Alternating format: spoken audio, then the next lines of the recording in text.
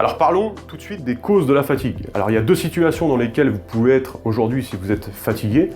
La première, c'est que vous ne dormez pas et vous êtes fatigué. La deuxième, c'est que vous dormez, mais vous êtes quand même fatigué.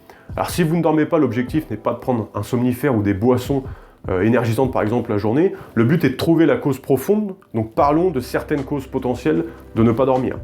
Un problème physique, si vous avez des douleurs par exemple dans le dos ou dans d'autres muscles, ou même des articulations, alors ça peut vous empêcher de dormir suffisamment. La deuxième raison, ça pourrait être trop de stress. Si vous êtes constamment stressé, c'est un signe que vos surrénales sont épuisées ou que vous êtes régulièrement exposé à des situations de stress qui sont trop élevées. La troisième raison, ça pourrait être ce qu'on appelle l'apnée du sommeil, qui est liée souvent à une carence nutritionnelle. Et c'est d'ailleurs le quatrième point. Si vous manquez de nutriments parce que vous ne mangez pas assez, par exemple, de légumes, alors ça peut être le calcium, le potassium, la vitamine A, la vitamine B, ça peut être causé par une mauvaise alimentation, une consommation trop élevée de sucre ou de malbouffe qui va épuiser certains nutriments. Ou alors ça pourrait être un manque de bile aussi.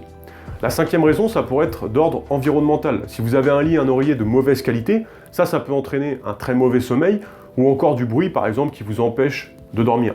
Votre foie ne fonctionne pas à son plein potentiel. Le foie, il aide à la digestion et à la conversion des hormones, et s'il ne fonctionne pas à 100%, vous pouvez ressentir une mauvaise qualité de sommeil et de la fatigue. Surtout si vous avez la vésicule biliaire qui a été retirée. Alors vous avez peut-être aussi un problème de thyroïde qui vient accentuer votre fatigue. Ça pourrait être aussi un virus que vous avez depuis longtemps et qui refait surface à chaque moment de stress ou de moment difficile dans votre vie à cause d'un système immunitaire qui en est affaibli. Ça pourrait être aussi les glandes surrénales qui sont stressées et qui empêchent votre corps de se détendre complètement.